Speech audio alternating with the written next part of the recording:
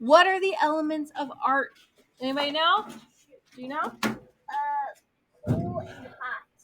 Those are types of colors. I love that. One of the elements of art is color. So you kind of got it. So color, shape, line, form, texture, space, and value. Those are all things that are like ingredients that you use in a work of art. So you might be making a cake and you want it to be a cake with a bunch of shape and line in it. And maybe your friend's making a cake that has a bunch of value and texture in it. So you don't have to use all of the ingredients. You just use some of them.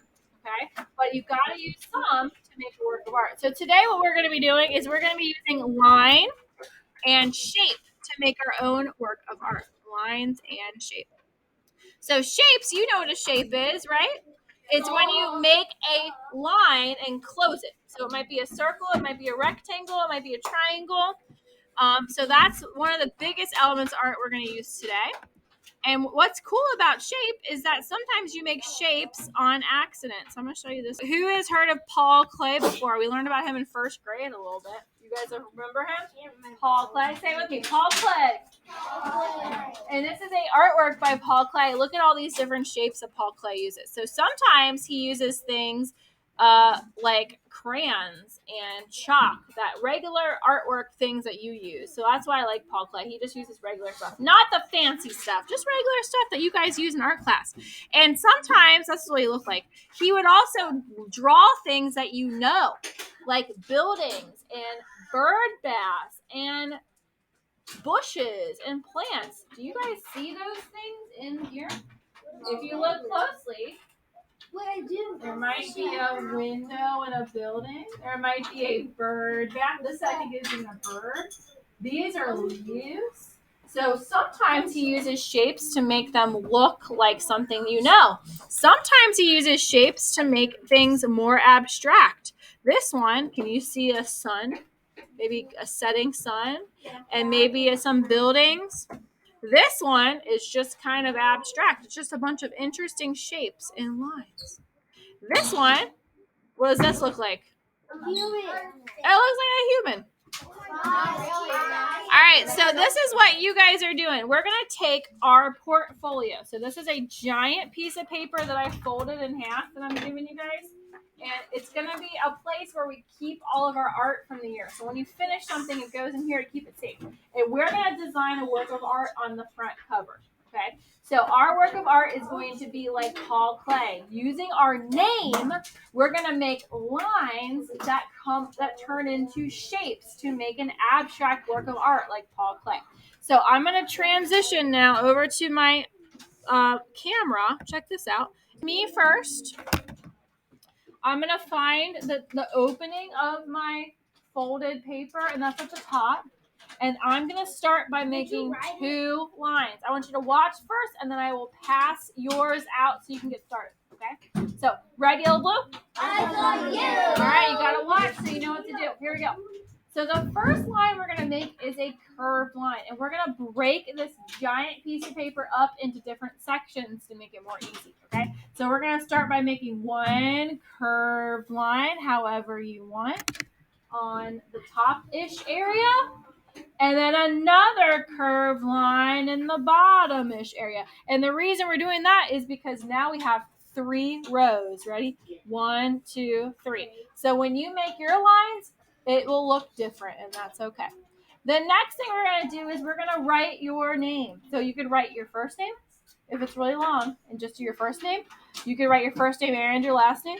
Or you could do your first name, your middle name, and your last name. So I will go ahead and do my first name, which is Chrisanne. I don't know if you knew that about me. And when I draw my letters, look what I'm doing. I'm going to start at the top and touch the top. Say it with me. Touch the top. Touch the top. And touch the line. Touch the line. So it touches. The reason I'm going to do this is because, look, I need an H now. I'm going to touch the top. Touch the line. Touch the top. Touch the line, and I'm creating shapes that we're going to color in later. Ready? So look, this is a shape right here. Do you see this rectangle I made? Yeah. That was an accident. We're going to make a bunch of accidental shapes. Let's make an R. I'm making them big, okay? An I, an S, I'm going to go kind of fast. An A. Uh-oh, now my letters are getting even bigger because there's more of a distance. Christmas. It's Chris Ann. Christmas. It's kind of like Christmas, isn't it? Christmas.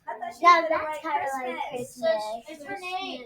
Hey, you are not doing it right if your letters aren't touching the top and the bottom. Yeah, if you guys still have me on Google Classroom, you know my name shows up on Google Classroom.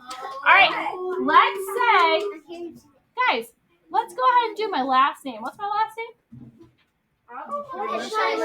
Hedesheimer. So I have room right here. Let's put my H for Hedesheimer over here. But then now let's move down to the second row. So E. Hopefully you guys remember how to spell your names. T. T. E. It's right there. H.